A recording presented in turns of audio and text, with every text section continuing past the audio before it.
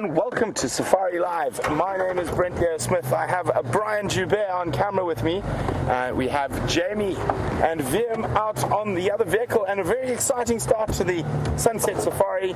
We're busy trying to get you a view of the first baby impala seen on Juma. We spent a lot of the morning looking for one without success, and not even 5 minutes out of the gates today, and we've spotted one. I'm quite sure it's been born during the day today. It is a little bit skittish, so we start trying to keep a little bit back. And where's it gone? It is there, I do promise you that.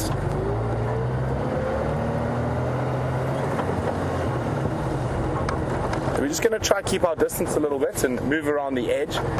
Try to get a view of the baby through the bushes.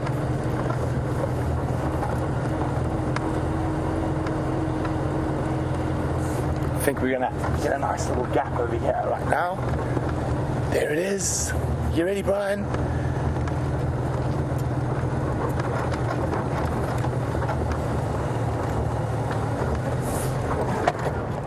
How's that?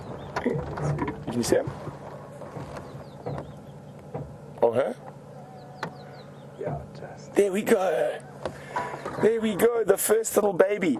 Probably been born during the last sort of 4 or 5 hours between the safaris. Still a little bit nervous, so we're not going to try put pressure on it just yet. Very young in life. We'll see if we can get another view. Oh, it's disappearing into the thickets. So I think we're going to leave it be, but there we go. Very happy to have a success to that after driving half the roads in Juma this morning with no success. So what a fantastic way to start the Sunset Safari. Hopefully it can only get better from here. And if any of you are new viewers out there, not only are we alive in the African bush, you are seeing things at exactly the same time as us. We also are interactive. You're able to ask us questions. So if you've ever pondered, wondered, or thought about things you might encounter on safari, please feel free to ask me or Jamie. And you can do that through 2 platforms. You can send us an email on questions@wildearth.tv, or you can use the hashtag Safari Live on Twitter. Now, normally when you break that baby impala duck, you start seeing them all over the place.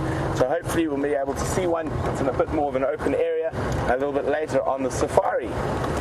And these ladies look really ready to pop.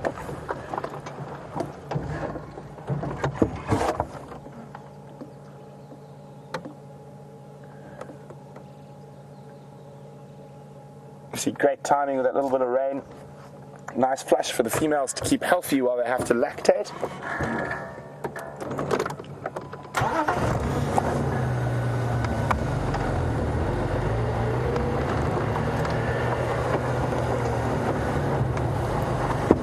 So no one managed to find the Salala Pride last night.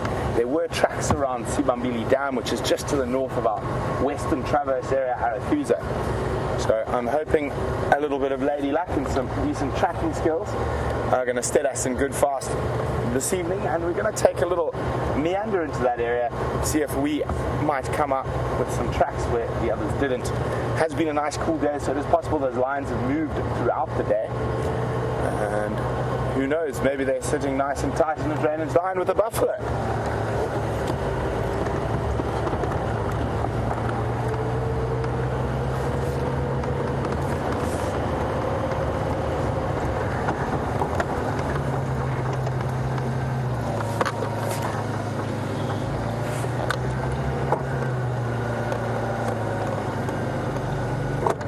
You got the Bassus, Brian? Mm-hmm. So we've got a tiny little bird there, really, really pretty bird, called a chin spot Bassus. Oh, and it disappeared before I could get my binos onto it to see if it was a male or a female. So I know quite a few of the viewers out there keep bird lists. And we have a new viewer, Bill. Bill Maxey, welcome to Safari Live, Bill. And, you can hear there's quite a few Bassus around there. It almost sounds like there might be alarm calling at something. Could it be a snake? Could it be a slender mongoose getting through? So let's go have a quick look what that little bird party is upset about. So Bill, welcome to the Safari Life family, and please ask us questions. We really do enjoy hearing from you guys, and don't forget to let us know whereabouts in this very wide world you're from, Bill.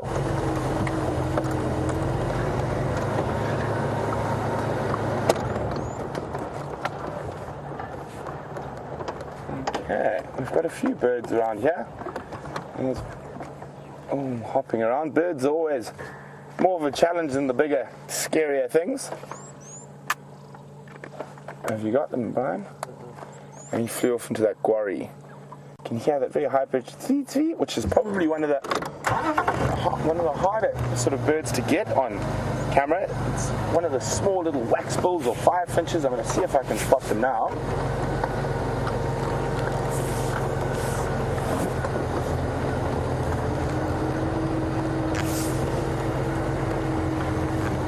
Looks like they've done a disappearing act. Now this is very interesting.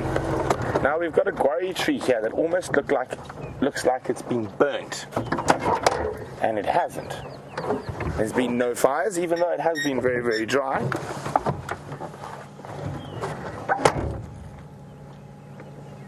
And this is really, really fascinating.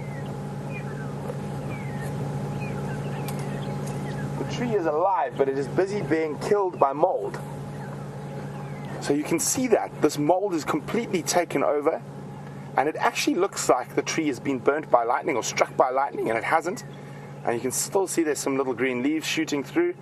Oh, there's a lost ant, but you can see these globules, and it's not uncommon. Quite a few different tree species out here are attacked by mold.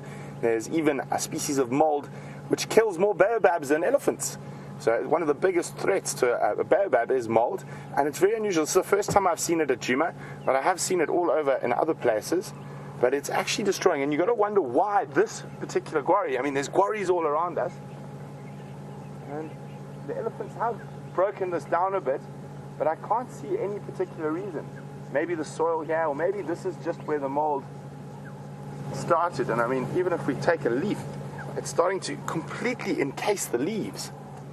So really, really fascinating. And I'm definitely going to have to do a bit more research on mold attacking trees. So hopefully I'll have some more info for you about that tomorrow. Definitely not something we see every day. Very strange. When I first saw it from a bit of a distance, I wondered if it had been struck by the lightning with all the lightning we've been having. As soon as we got a bit closer, you could see it definitely wasn't lightning.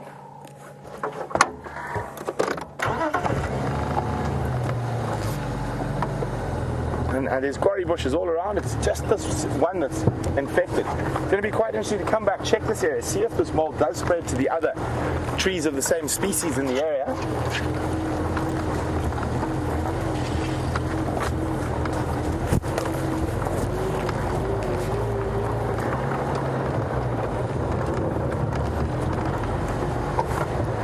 See, it looks like it might be, is that just a dark shadow, or does it look like it's starting on the...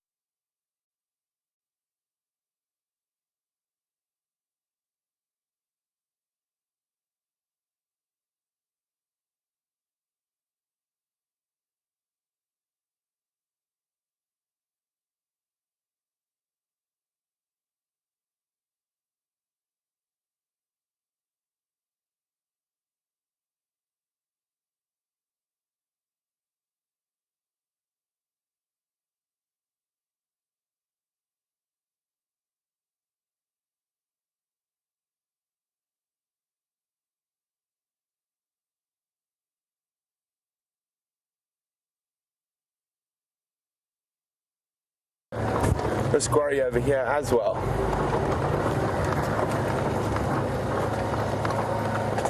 What do you think, Brian? Can you get close in there? No, I think that's just a little bit darker, that guarri, because it's protected from the sun by the others. And while we're here, you can see the weeping wattles are in flower. Very pretty yellow flowers with that bright orange center. And their flowering will have coincided with the rain. And on hot sunny days, you find this tree will be absolutely abuzz with insects. many different species of wasp, and there is an insect there, an ant. I can't see which species of ant, but on a nice hot sunny day you will find probably up to 50 or 60 species of insects utilizing these flowers, lots of different wasps and robber flies and bees. So I definitely will be keeping an eye out on all the flowering plants. Insects are such fascinating creatures, and there are so many different types, and they are literally everywhere.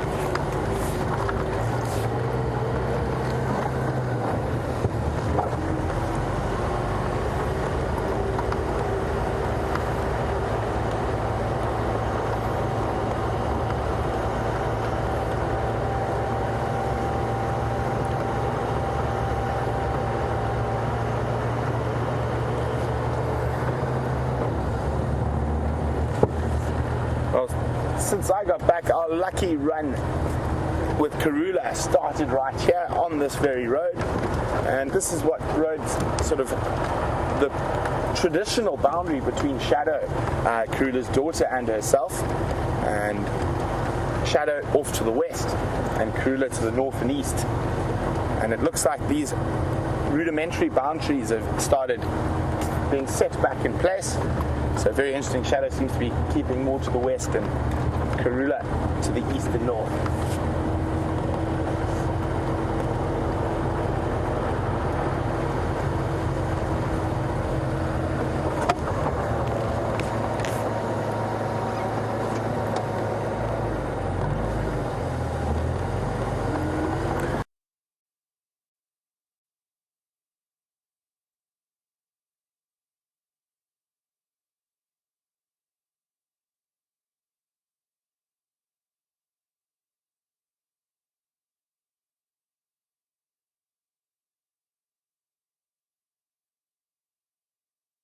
That she was feeling as full as I was after my lunch, but I don't think I could do that, so maybe not.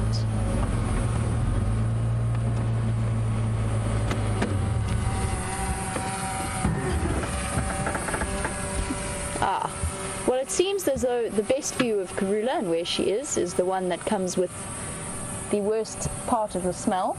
We're exactly downwind of her. As you can see, there's not much left of the impala, just essentially a head and some hooves. There we go. Thank you, girl. Oh no, there's still a significant portion of the front shoulder that she's munching on now. It's amazing to see how she's broken open the rib cage, and she has actually eaten a lot of bone. I know we always talk about the hyena's ability to munch away. She's also eaten a considerable amount. I'm just going to be quiet for the moment because you can hear her crunching on the bones. Ooh, yummy.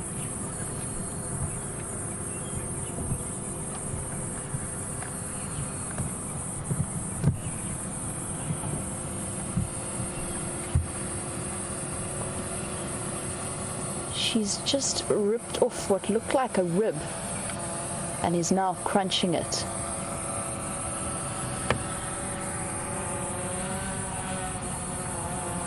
You can see she's getting all the meat off the edges of it. Oh, that whole rib was just swallowed. No wonder she's got indigestion.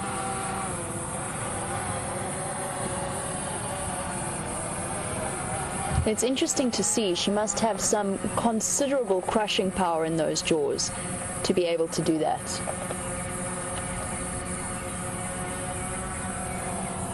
You can see her struggling for leverage.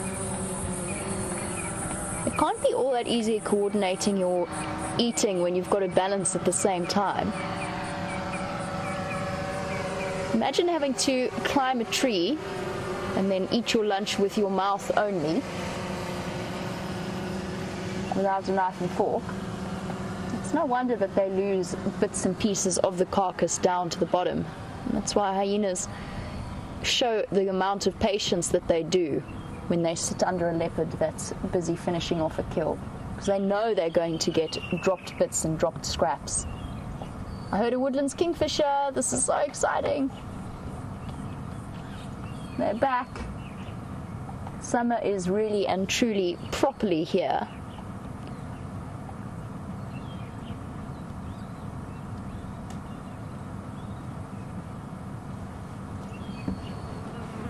And she's decided that that is the best angle to eat at. I might try and shuffle us around unless she turns back to us in the next few moments. Oh, that paw nearly fell over. Paw nearly slipped off the bark.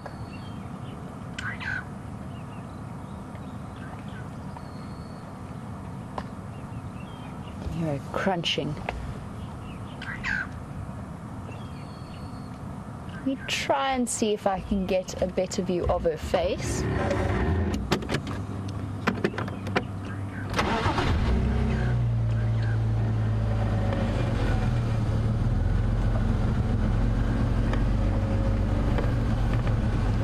Karula, if you turn around now. Thank you, big girl.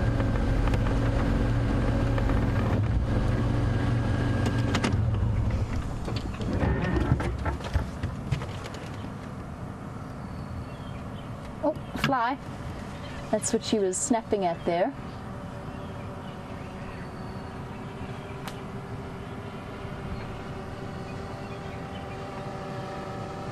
Well, the repositioning also comes with the added benefit of the wind blowing in our favor, so we can enjoy the sighting unsoiled and free from the smell of meat. It's fascinating to watch the way she's using her teeth and which parts of her mouth she's using, if you can. See how she's relying on those molars at the back. She's positioning her mouth side on a lot of the time. There she's got it with her incisors, so at the front. She's also trying to slide her, what's known as the carnassial shear of the molars. It's a scissor-like effect of the back teeth that works very well at shearing meat away.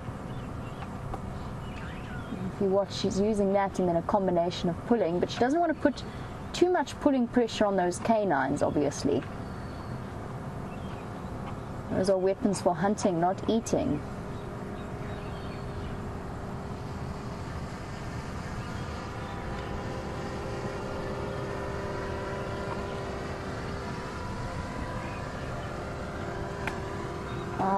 I have repositioned. Oh yeah, we can actually see a little bit of the impala's face if we head down a little bit. And as somewhat gory as that is, Rich King, you were wondering if the leopards ever eat the eyes, and yes they do. I think in this case she was so distracted by the bonanza of the kill that she hadn't got around to it, but yes, they do eat eyes.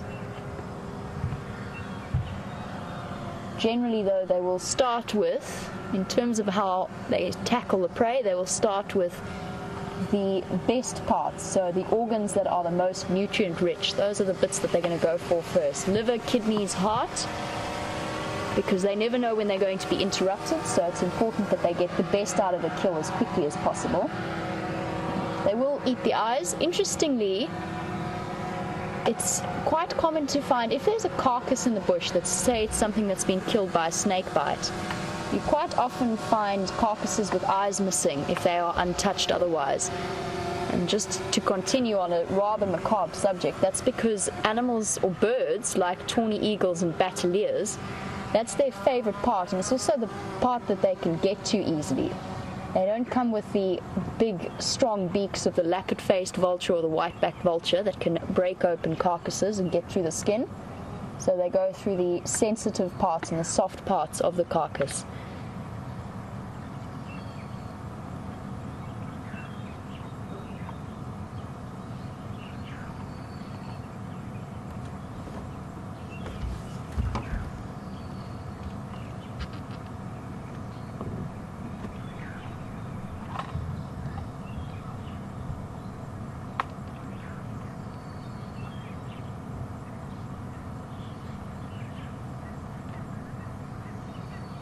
We saw Karula munching away on the bones, as well as I have seen her eat hooves before.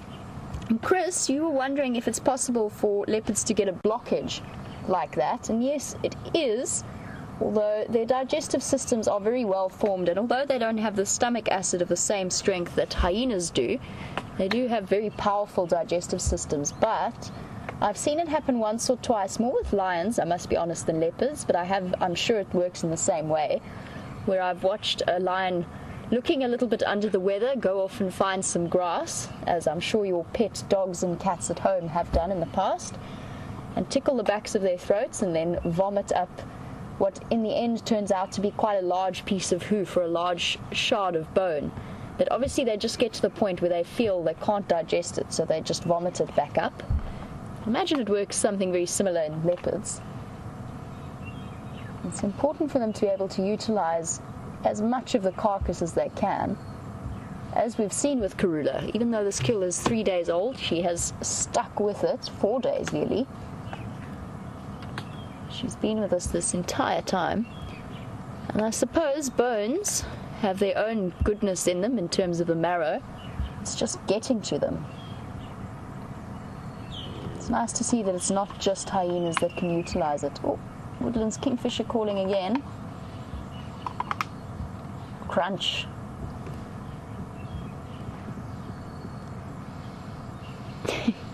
Karula, I'm very impressed by her ability to continue eating. It is admirable in the extreme.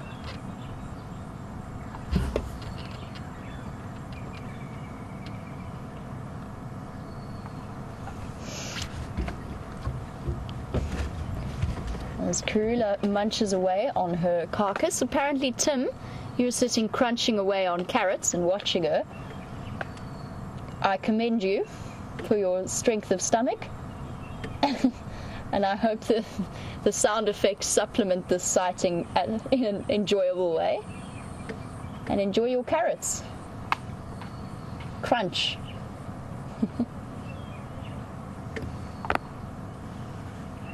That last crunch was actually my neck. I don't know if that came through on the microphone, but that was my neck, not the bones. Look at her. Oh, whoopsie. Dropped it.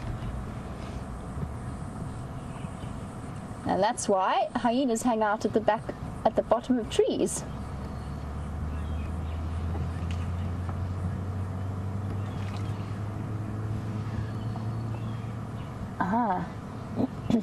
Interesting question from Mercedes. Dangling over the back end every now and again are the back paws of Karula. And Mercedes, you want to know if they are the same as the front paws. Do they have claws? And then are they similar to lions or the same as lions? The back paws do have claws. What they lack is that fifth dew claw that is attached on the front. The back feet do not have those. They're also slightly smaller than the front paws, and that's because you'll find that in almost all animals. It's because animals carry the majority of their weight on the front of their bodies, so their front feet, whether it's an elephant or a leopard or something like an impala, say, their front feet are slightly bigger than their back feet and slightly rounder. In terms of claw structure, yes, lions and leopards have very similar feet structures. There's something fascinating about the whole paw structure itself. It's known as digitigrade foot posture, and it essentially means that their ankles are where we think of their elbows being, because of the way that their metatarsals, so the bones in their feet, or the metacarpals, the bones in their front feet, have extended upwards to give them that upright posture. And it creates a very silent foot pad, much more highly evolved than the plantigrade foot structure that we have, that flat foot with the heel that also touches the ground. Their heels do not touch the ground. It means there's less surface area. So yes, lions and leopards have the same paw, the same with the front foot has a fifth toe with a dew claw on it. It's the most powerful claw on the front foot. It is very strongly connected in a bone sheath attached to a load of tendons that then contract or relax with the muscles attached to them to unsheath the claws and bring them forward or put them back.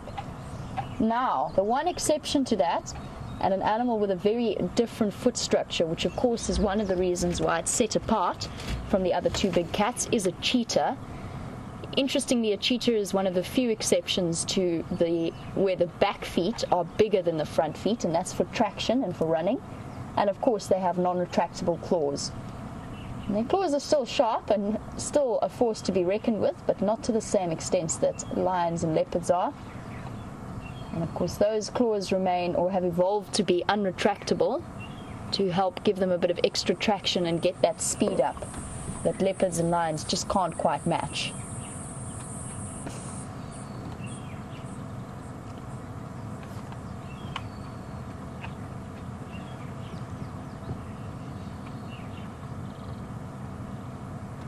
I believe that Peter Pretorius is on his way. We do have a special passenger on the back, and I believe that we're going to place him back onto Peter's vehicle. I'll see when Peter arrives. He should be here soon. I think I hear his vehicle. So you can all give a big wave to Peter Pretorius as he comes by.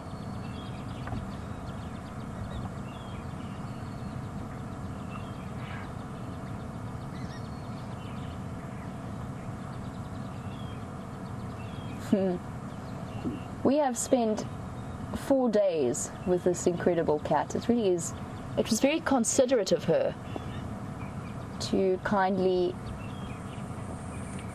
kill this impala on quarantine and stick around, because we've been treated to the most incredible views of her.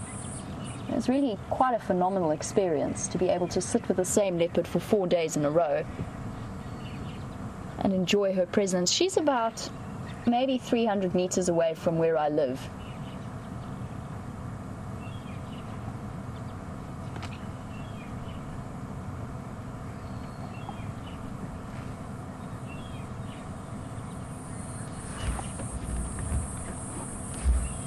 Well, I said we've been treated to that.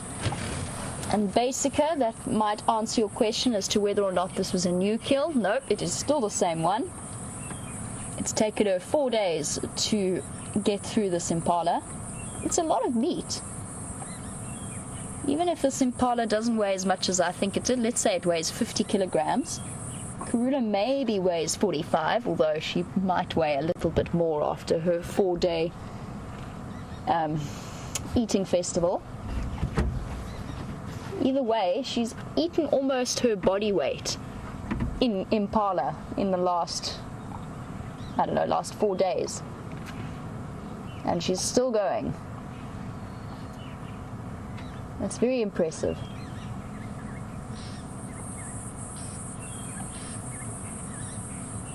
Now pulling a little bit with those incisors. Just imagine how deep those roots have to be of her teeth to stop them from being damaged in any way by the amount of force that they're subjected to on a day-to-day basis. Bones and joints and skin are actually not that easy to pull apart.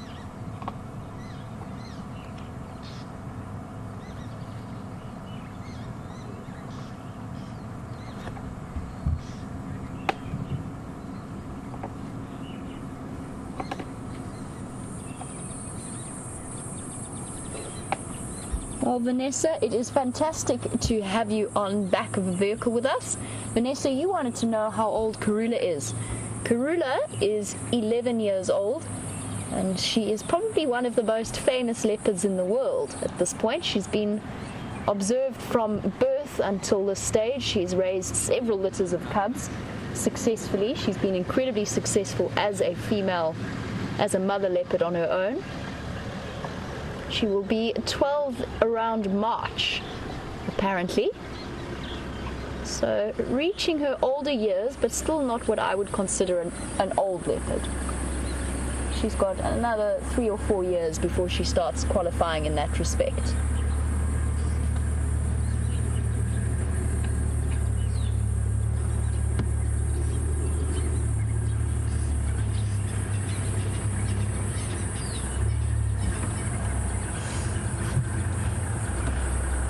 Got Peter arriving to come and join us at the sighting in order to do something of a swap. Just going to chat with Peter for one moment. Bear with me. Nikki says she's happy if we do it live. Cool, perfect. Awesome. Perfect.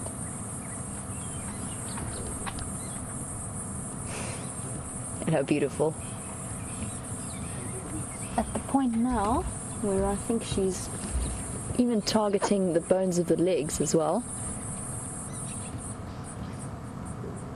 Here she goes, using those molars again.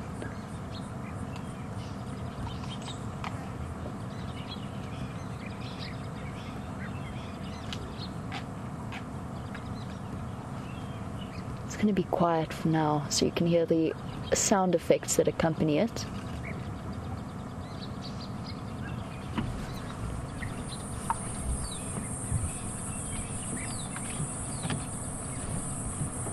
And it almost looks as though she's about to lose that impala over the edge of the branch. It is slowly sliding and slipping further down. It's definitely hanging lower than it was.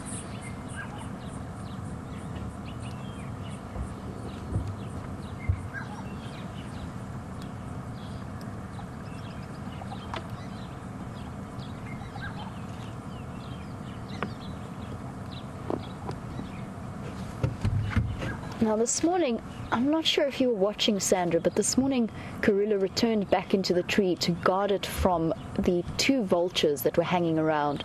And Sandra, you were wondering what will happen to the body once she's done with it. Usually what will happen is the birds will descend, so anything from tawny eagles to hooded vultures and possibly even a white-backed, although there's not that much meat left. And you usually find, especially in a precarious place like this, that the birds will knock the carcass off in the process of feeding, and then any remnants will be picked up and moved and eaten by a passing hyena. So that's generally what occurs. Sometimes you... Oh, she's going to lose it. It's going. Oh, Karula. That's very dignified. There you go. Well done, girl. Not the most graceful of movements, but you did manage to save it. It looked very precarious there for a moment. And Sandra, you do get on the odd occasion bits of carcass that survive in trees for a very long period of time. Obviously the meat rots away, but there was one particular impala leg that I used to see pretty much every day on my way between camps where I used to work, and that was there for about 1.5 years. Just dangling in the tree, so sometimes it doesn't get found or finished off completely.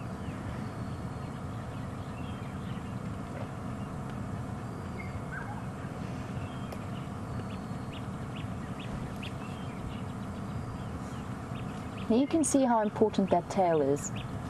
Watch how stiff it's become and the way that she's using it.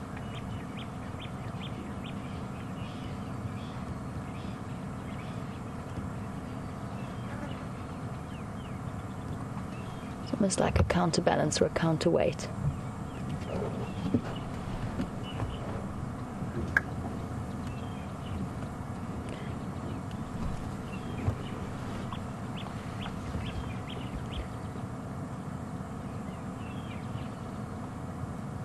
And she's found herself a slightly more stable looking position.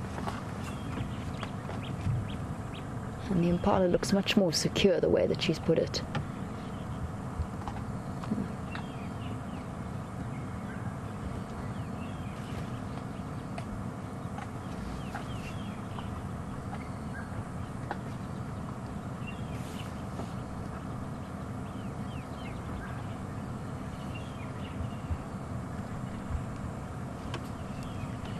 Now, Michael, as we're watching her devour what's very little meat left on this carcass, Michael, you were wondering if there's any part of the carcass that she won't eat. She won't eat the skull, generally, of something like a large impala. She probably will ignore the hooves, and she might even decide that the legs aren't really worth the effort. That being said, one of my very first sightings with Karula, she was consuming what was it? It was a steenbok. And she ate the entire thing in the space of 20 minutes. I went back and had a look after she'd left, and I went back to where she was eating the kill, and from the point that she dragged it to where she ate it, I double-checked everywhere, and all that was left of that steenbok was half a lower jawbone. She'd eaten everything. and some of the fur was gone, but I think she was particularly hungry on that day. There was a little bit of skin and a little bit of fur, but she had eaten almost that entire animal, which was amazing to see. So when they're hungry, they're not too fussy. I think with a large animal like an impala, she's probably going to leave the head and quite possibly the legs. I would guess that she's not going to be around here by tomorrow. She'll move off sometime this evening. And the rest of it will go to the vultures and the hyenas.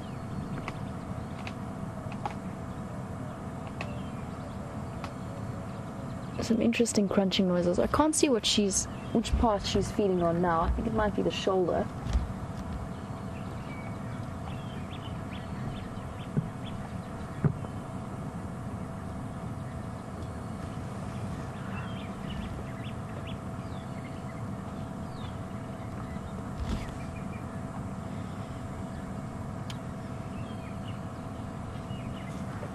Now Gracie, who is 8 years old, Gracie is watching us, and Gracie tells us that she's been told that the soul of the animal that Karula is eating is in heaven at the moment, and that all that is left is the shell. And you wanted to know, Gracie, whether the cat will eat all of it. And yes, she will eat all of the shell. The impala ewe is off in a different place, in a better place. And Karula's enjoying her meal, and it's all part of a really important cycle, because although it's sad for us to watch, Karula might be eating for not just herself, she could even be pregnant, and she'll be bringing a new generation of baby leopards for us. So yes, Gracie, and the impala didn't die in vain, because Karula will eat as much of it as she can, and nothing will go to waste out here. It all becomes a source for life. So it will feed lots and lots of different things.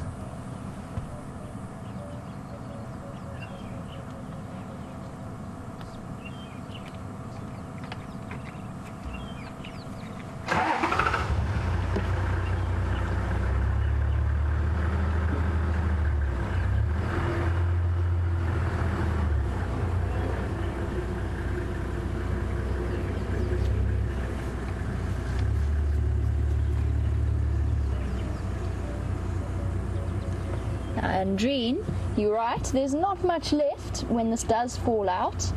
It will be just a morsel for them. Now we're hearing all of the crunching noises that are happening.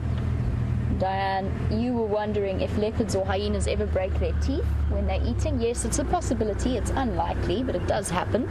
It's usually the older animals, when they start to age and their teeth become less strong, then they will occasionally break teeth. It's quite unusual. You only really see it in the older animals. Now, I've seen the skulls of both leopards and lions, and the way that their teeth are rooted in and the strength of them is actually mind-boggling.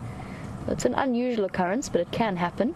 Most likely, more likely, what could break a tooth is during a hunt, particularly if they're hunting a big animal, especially with lions and buffalo or giraffe. If they get a kick to the face, that's quite often what could cause a broken canine.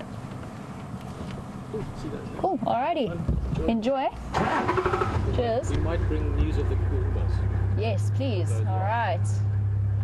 I'm just chatting to Peter. He's heading off into Buffelshoek, and he might bring us some news about what's happening with the Nkuruma Pride.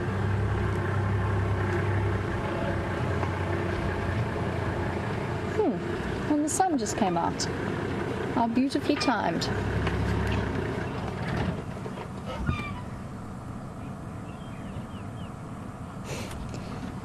And Karula having a quick look at Peter. Ooh. That doesn't look very comfortable.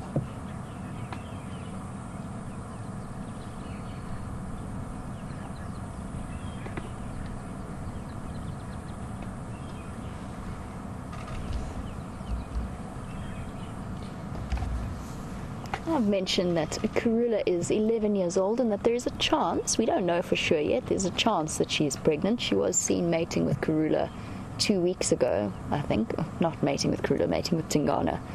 And Dee, you were wondering at which age essentially leopards go through their menopause and they stop having cubs. I think that the latest recorded birth was a leopard of around 16 in the wild. right up until then, but they will start to slow down. The quality of the eggs that they're releasing becomes reduced, as it does in all mammals, and they will get it to a point where they can no longer reproduce. That being said, at that point old age is also starting to affect them, and they're not as strong or competitive as they used to be, especially with young females or young males competing for territory. And at that point there is a chance that they might die of natural causes before they reach that stage. Life gets more and more difficult for an older animal out here.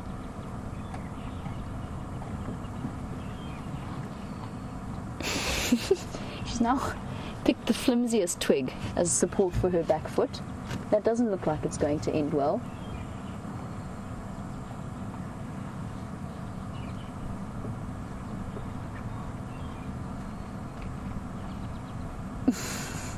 Look at the flexibility of those toes on that branch. I'm not sure how she's managing to make this look graceful, but she is somehow. Sort of.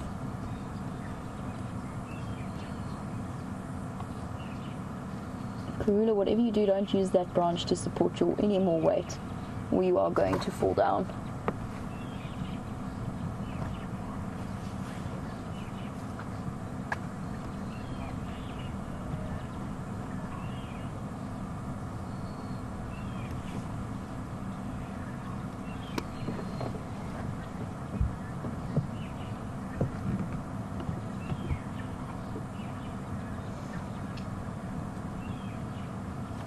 I've spoken a lot, of course, about a Karula.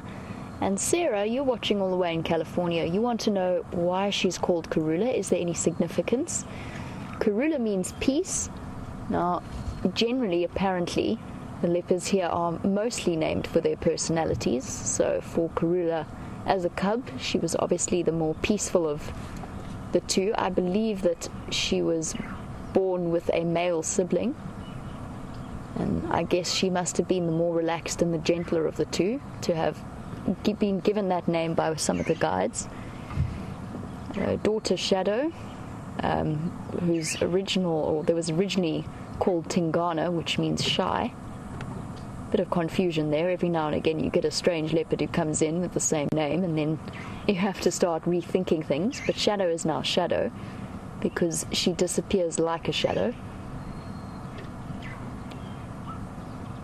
But yes, Karula is the peaceful one, in peace.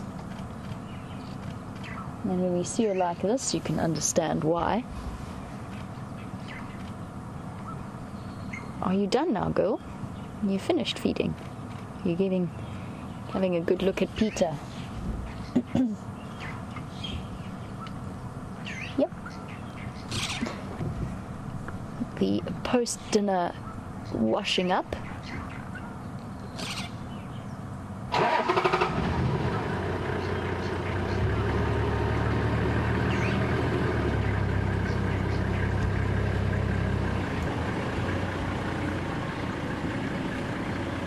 Giving herself a jolly good clean.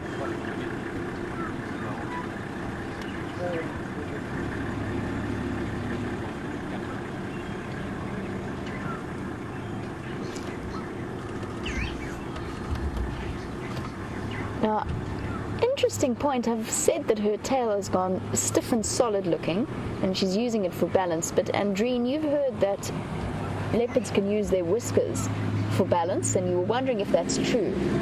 Now, I'm fairly certain that it could well be true. Mostly what they use their whiskers for is a little extra perception, almost like an extra vision, as a way of feeling their way, particularly in low light conditions or through thick bush, where they want to dodge all the thorns and not poke their eyes out. That being said, I suppose that comes with it. It does have an aspect of balance in it. So navigation and balance are quite deeply connected. Obviously, we use our inner ear mainly for balance, but if your vision does go, you will find yourself off balance. So I suppose whiskers work in a similar way and assist, but for the most part, it's more for feeling their way through obstacles. What I'm going to do, because we've got the sun coming out and we're facing directly into it, I'm going to try and reposition so that we can get a nice shot of her with the sun on her.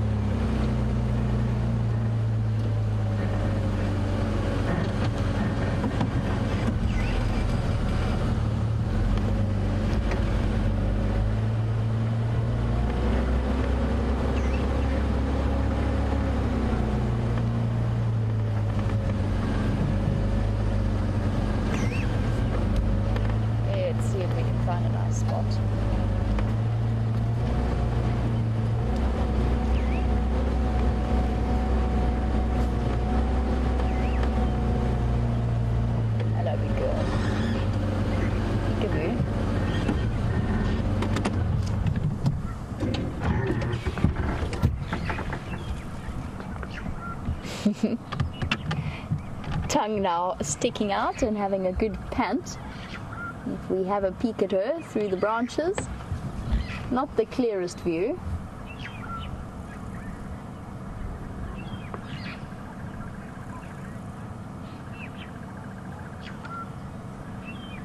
Oh, I think that there's a, oh, there you go. Karula's going to come down the tree. Oh, she's going to pause there. Let me try and get them to a slightly better spot for when she does come down.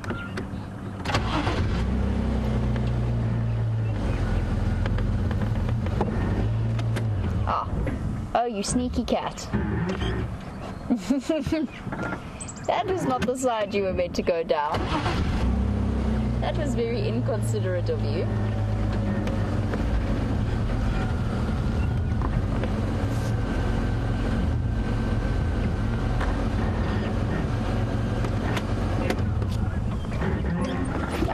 My suspicion is she's heading back to find a nice comfortable ground spot to go back to sleep.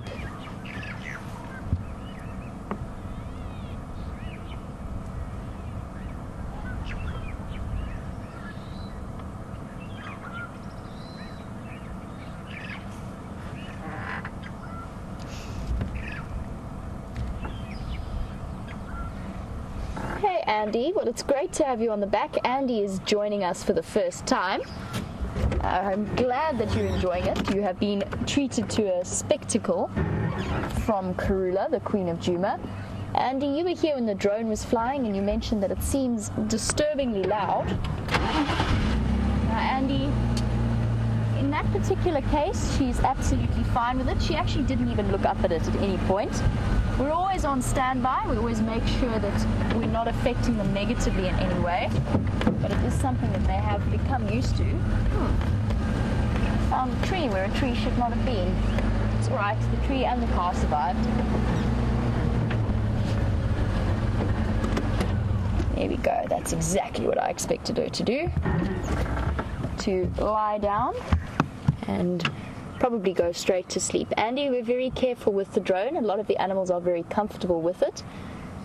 And we always make sure that we monitor very closely that it's not having any negative effect. Now, if Karula was moving around and we knew that there, for example, were lions close by or something that could in any way threaten her, then we'd take it on the safe side and we would avoid putting the drone up altogether. But when she's nice and out in the open like this, perfectly relaxed, she didn't even glance up once.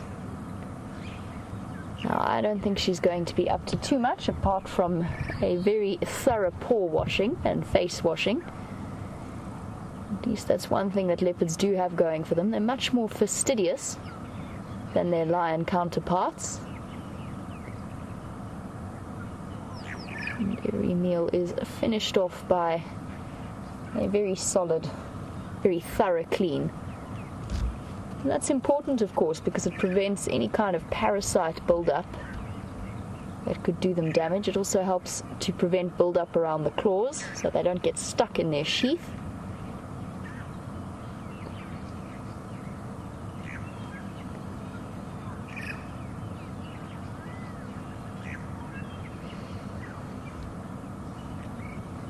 Now, Karula is not going anywhere.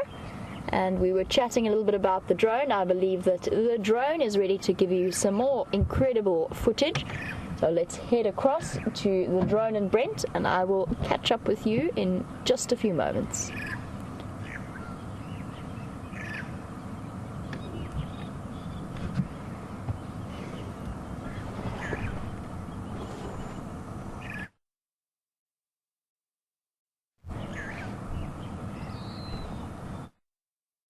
High in the sky following us, and drone squadron with Andrew piloting, Eugene behind the driver's seat, and Tebs as an observer are following us. We're heading down the Buffelshoek cut line at the moment, and you should shortly see a road coming up to my right. You can see my arm going off to the right there. That is Mvubu Road that runs down towards the Djuma Dam camp.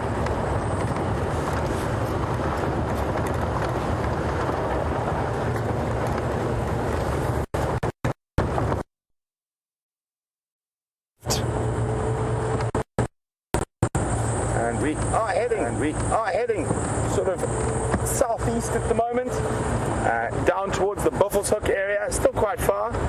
We're going to see how long.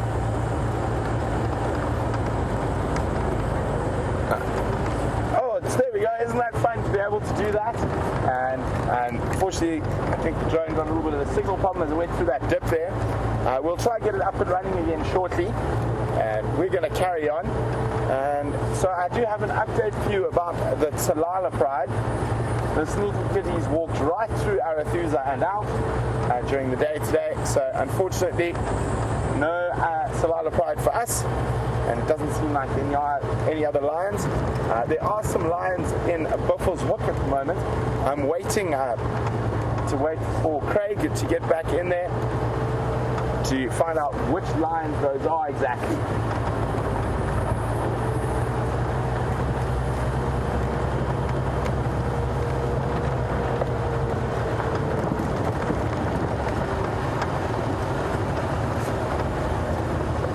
So we're going to go back to the air shortly. Oh, we've got a really cool thing before. We're going to wait possibly to bring us back to the vehicle. It's doing its really interesting little dance. Looking very defensive. You got him there, Brian. That is what you call a two-spot ground beetle. And you can see those two yellow spots. I'm just going to try and usher him back towards us for a second. There you go. Duck, duck, duck, duck. So I think it probably picked up the vibrations of the vehicle. That's why he's got that defensive posture going. It called it two-spot because you can see they look like spots, those little sort of yellows on the side there. Now, really, really interesting little creature, this. It's able to spray formic acid out of its mouth parts for up to 15 centimeters. And he's charging Brian at the moment. I think he's getting too close to the car. Obviously, I'm going to try escort him off the road so no one else drives on him. Let's go, my friend. So they're ferocious hunters. They're unable to fly, but they are able to hunt really effectively. They've got really, really powerful mouth parts. The formic acid is, there we go, let's get him into the bush, is more for trying to defend itself against predators. Here we go, off into under the bush. So we'll try and go back to the sky once we're up on the road again. And who knows, maybe the drone will find us some eddies from up there.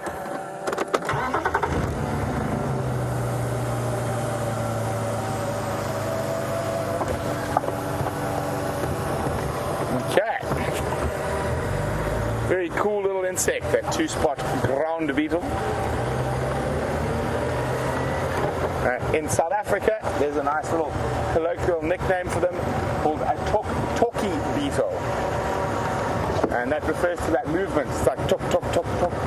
So, very, very cool little creature. The drone is almost directly above us at the moment.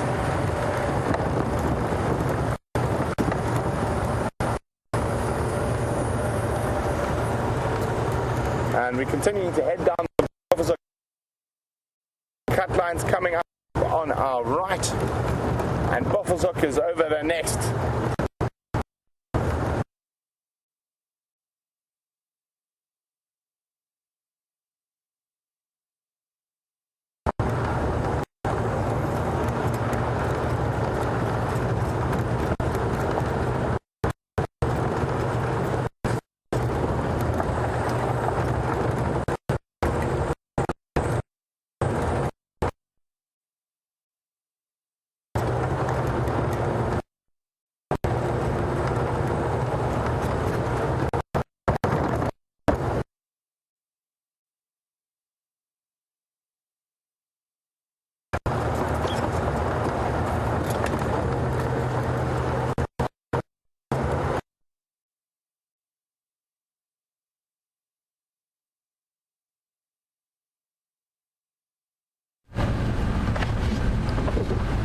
And we appear to have lost Brent very briefly, but I do hope you enjoyed your brief time with him.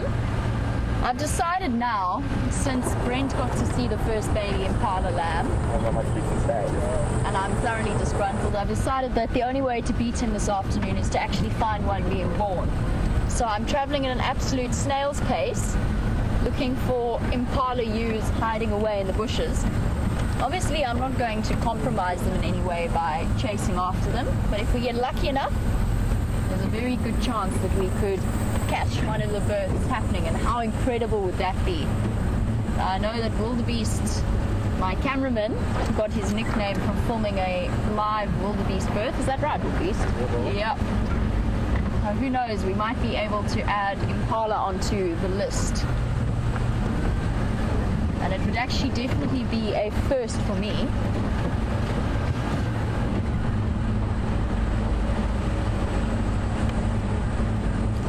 Yay!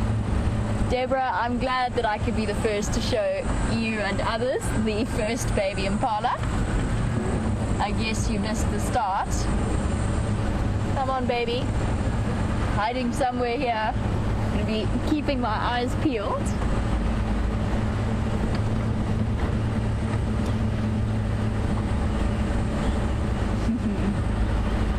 Derek, I agree with you. It only counts if we see them crowning. So we'll be looking for the first signs. Oh, it would be so wonderful to sit and watch an impala birth from start to the little thing standing up, using its legs for the first time. I'm so excited just at the prospect. And these next few days, that chance is exponentially higher. Is obviously, I was going to say it's exponentially higher than any time of the year, but of course it is, because that's when impala all have their babies at the same time, with a couple of late births around January, February. Now I know that there was talk of the impalas making a lot of noise on the dam camera and scattering in different directions. The one thing that I've noticed as I've been driving around recently is the male impala actually get a bit confused by the smell of the pregnancy hormones, and it almost fools them into thinking that it's breeding season again, which is why I've actually noticed a lot of rams either fighting with each other or chasing the females around, and these poor females are looking very confused, kind of trying to say, listen buddy, I'm already heavily pregnant, that really isn't the right time. But there is something obviously that connects the smells of this time of year.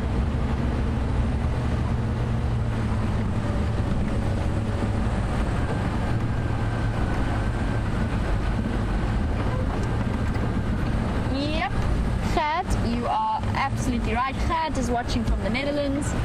You heard the call of the Woodlands kingfisher, even if you didn't see it on the on the Jumadam camera. Yes, Chad, they are back once again with us.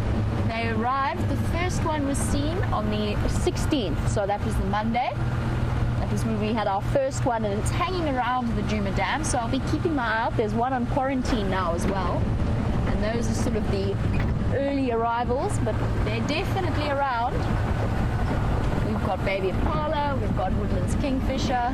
Summer has officially properly arrived, along with that much needed rain that we've had.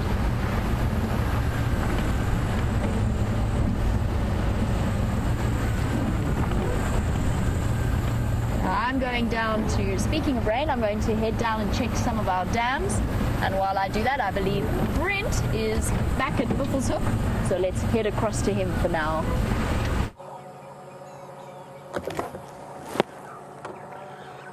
Welcome to the Buffelshoek waterhole, and there we've got hippos and the goslings.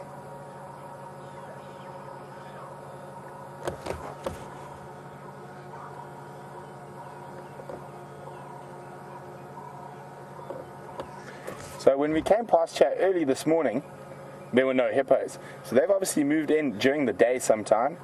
And look at that, the Egyptian geese right next to the hippos. I thought for a while the one hippo might get upset with them, but they didn't. And look at that absolutely gorgeous light on them at the moment. The sun's come out, the clouds are abating a little bit, and it is absolutely magnificent out here in the African bush.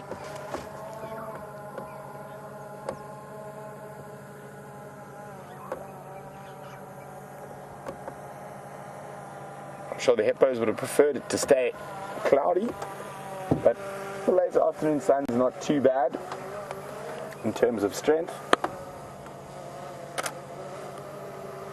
Oh, magnificent light.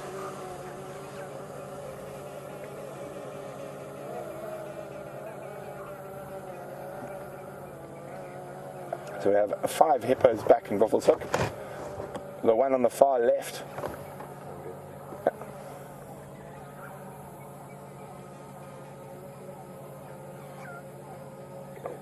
The one on the far left is looks like a bull, or a very big cow, but I think it does look like a bull, just from the head size and head shape. And then looks like 2 adult females as well. Apparently, with this powerful zoom, we can see the hairs in the ears. So this morning we're looking at the hairs on the nostrils. This evening, looking at the hairs on the ears.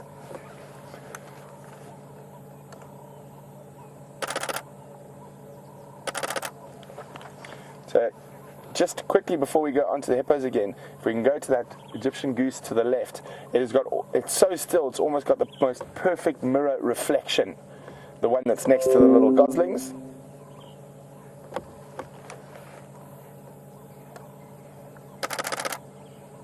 Look at them, isn't that beautiful?